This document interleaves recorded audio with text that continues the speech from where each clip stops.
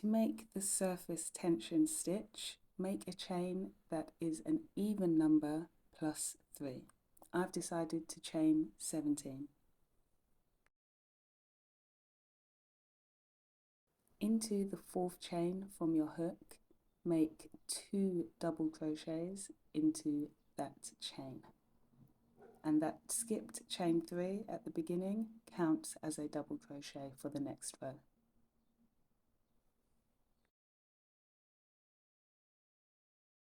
Now we'll start our pattern repeat, where we'll skip 1 and then make 2 double crochets into the next.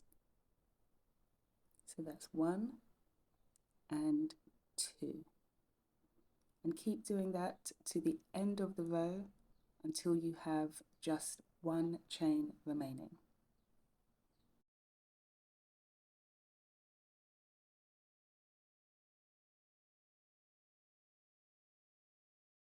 Now I'm at the end of the row and I'm going to put just 1 double crochet into that last stitch. Ooh, hold on a moment, let's try that again. So 1 double crochet into that very last chain. And that's the end of row 1.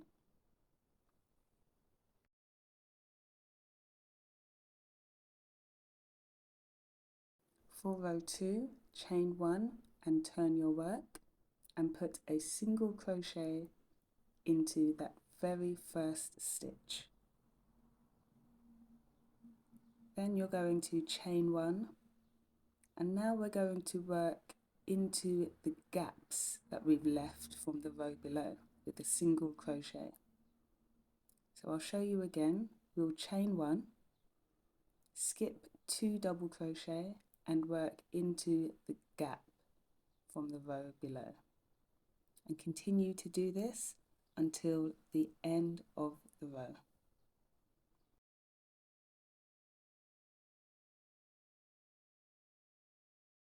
Your final single crochet is going to be placed here just before the chain 3 from row 1, and that's the end of row 2.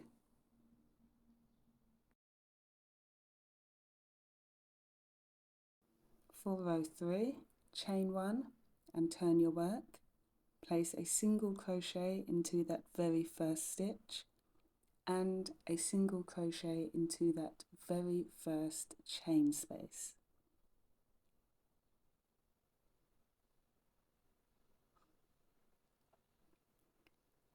Then chain 1 and place a single crochet into the next chain space, and repeat this until the end of the row.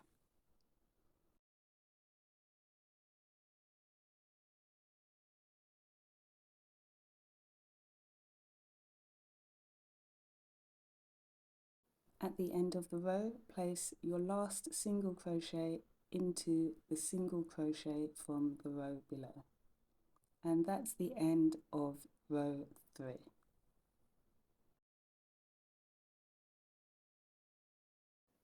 For row 4, chain 1 and turn your work.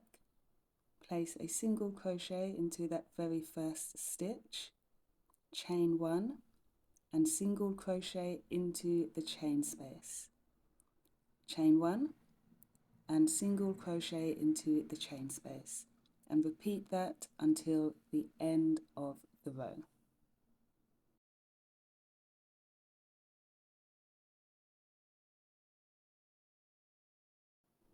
At the end of the row, place a single crochet into that very last stitch, and that's the end of row 4.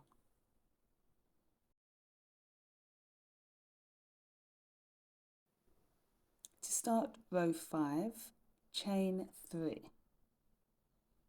and turn your work. And into each chain space, we're going to place 2 double crochets. So here's our first chain space, and we'll put 2 double crochets in there. And repeat this until the end of the row.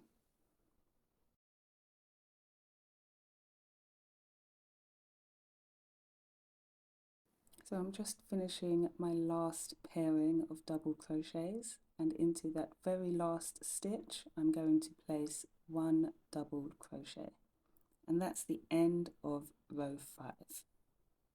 To continue working this pattern, repeat rows 2 to 5, and I'll show you how that looks after 8 rows. Here's how your work should look after 8 rows. I hope you enjoyed this pattern, and I'll see you in the next one.